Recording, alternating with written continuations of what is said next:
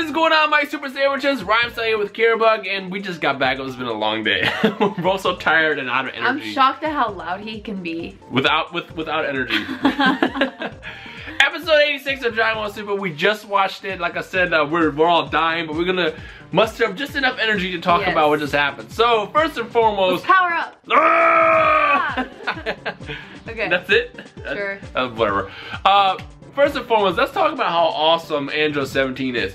Let me tell you, I never really cared for 17. He was like one of my least favorite characters. To those who follow me on my Dokkan videos, I hate pulling the androids. I don't hate the androids, I just hate pulling the androids. But as far as like where I would rank 17, you would just never really one that I cared that much about. I like 17 personally. Well, I like him now. That's what I was getting to. I was getting to that. I was getting to. Yes. He's cool. That character that we just saw is cool. And it's funny because I just did a video with Masako, the voice of TFS's Goku, and Kwame, and we talked about the most developed characters in the Dragon Ball series. And he picked Android 18 and 17, and it's like 18 mostly because we saw her change from being this maniacal android to this like loving wife that's awesome and very, very gentle. And the same thing happened to 17. 17 needs to be this like psychopathic killer. Yeah. And I mean, look at this. Look what he did. Snoring dog behind me. Look what he did in the future. This man and his sister literally destroyed almost everything. And then you got the polar opposite Android 17, who lives in the current timeline, who's just nice. He protects this island, which is funny because when they first showed the island, I was like, really, that's a tiny ass island. I know, that's exactly what I said. I was like, that's a really small island. And then he like got closer and I was like, oh, okay, it's just very zoomed out. I'm just gonna go ahead and just blame the art style for that, because that looks like a tiny island at first. Goku was like, oh, this is a really big island. I'm like, no, it's not. Yeah, where? Then it was like, yeah. So he apparently is protecting this island, which, by the way, can we talk about the fact that Dende has the power to move the lookout? This man just When did that happen? This man just did like abracadabra and moved the entire freaking thing. I mean, look, this is what I would have done. I would be like, hey, yo, Goku, if you want to go down, this island, and then to the left, slide to the left, and then when you hit this island, go right, and bam, you'll find 17 right there. But whatever, this works too. It's probably just a cool way to show. He's probably like, hey, Mr. Popo, watch this. I can do it finally. I've been wanting to show this off for longest, and then he moved the freaking lookout. I mean, dude, he must be bored up there. Oh, speaking of which, let's not ignore the fact that they brought up Oob again. Ah, yes. So the big thing that a lot of people are talking about was whether or not they were going to retcon the ending of Dragon Ball Z whenever Dragon Ball Super ends and then do something different.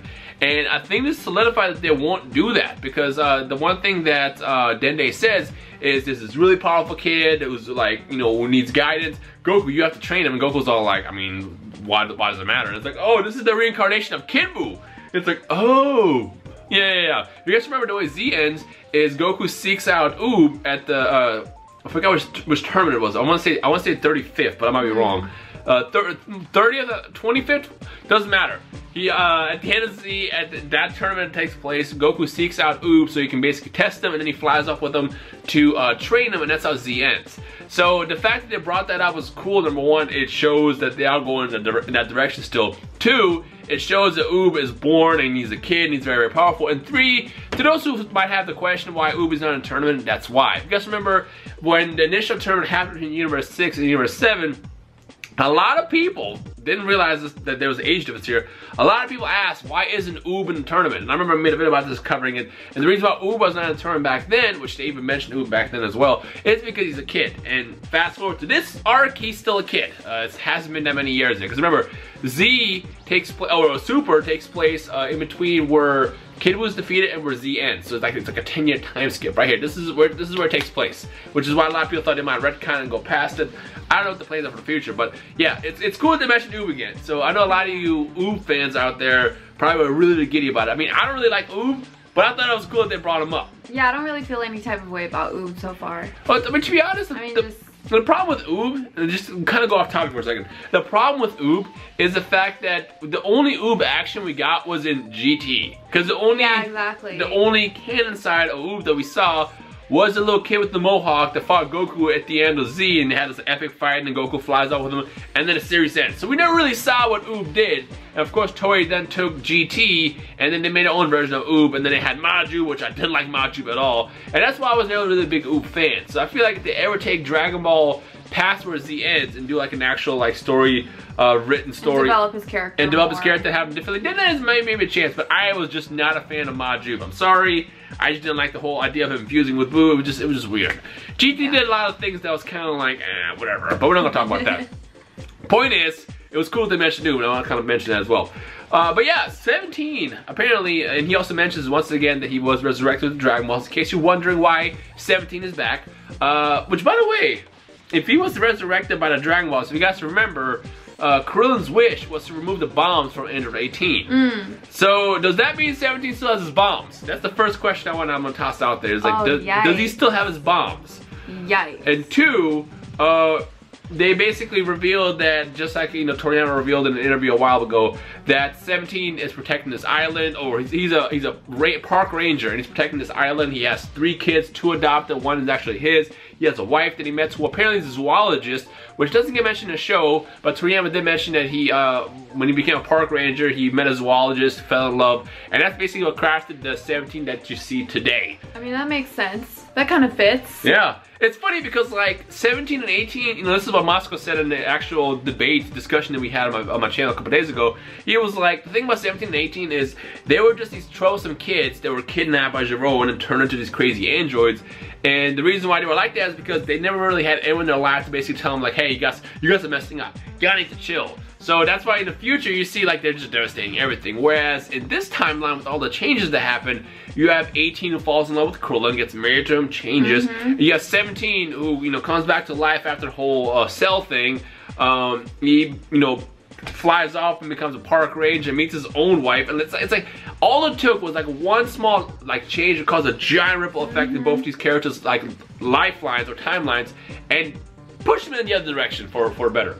Yeah, so it's cool to see 17 change that much, and he even says, hey, those poachers out there, help me. Don't kill them though. Don't kill the animals, but don't kill the poachers. Which again, it says a lot about his character, considering the fact. Oh, I love that quote he wrote, or he said to the guy. He said, either take care of nature or return to it. Ooh. Make your choice.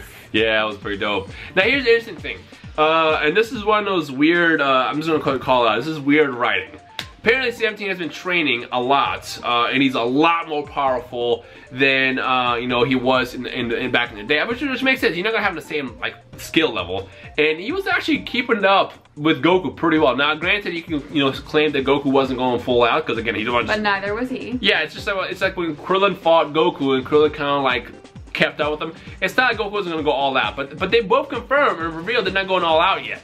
So somehow, 17 got this massive power gap. He got a massive power gap between the point where we last see him in the Cell Saga. I guess we saw him in the Boo Saga technically because he did raise his hand during the Spirit Bomb, which is funny because he says he didn't know Goku, but he knew his voice, which is, I think that's why, because he heard his voice from. That's funny. Yeah, I didn't catch that. Yeah, but it looks like somehow he got really powerful. I have no idea how he trained or who he trained with or what the deal was, but maybe he secretly trained with 18. No, because he didn't really hang out with 18, so it couldn't be that. I don't know. I think if you become a park ranger, you just get really strong.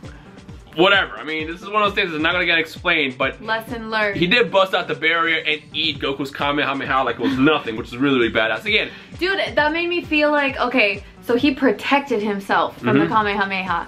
Maybe his specialty is protecting. Well, no, he has a barrier that he had in the past. Like if all, yeah, all the but games, it says a lot about his personality. Is what I mean. Like, oh no, the barrier is actually just a homage to the games, because in every single game, the thing that 17 always has, 18 had two in a couple games.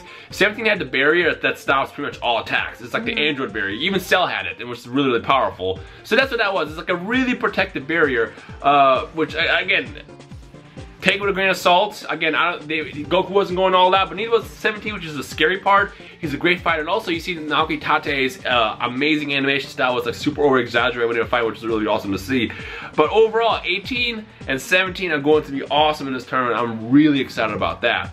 Now, the weird thing is, he doesn't want to participate. They were like, oh, I know you didn't just come here to, ask him my life story.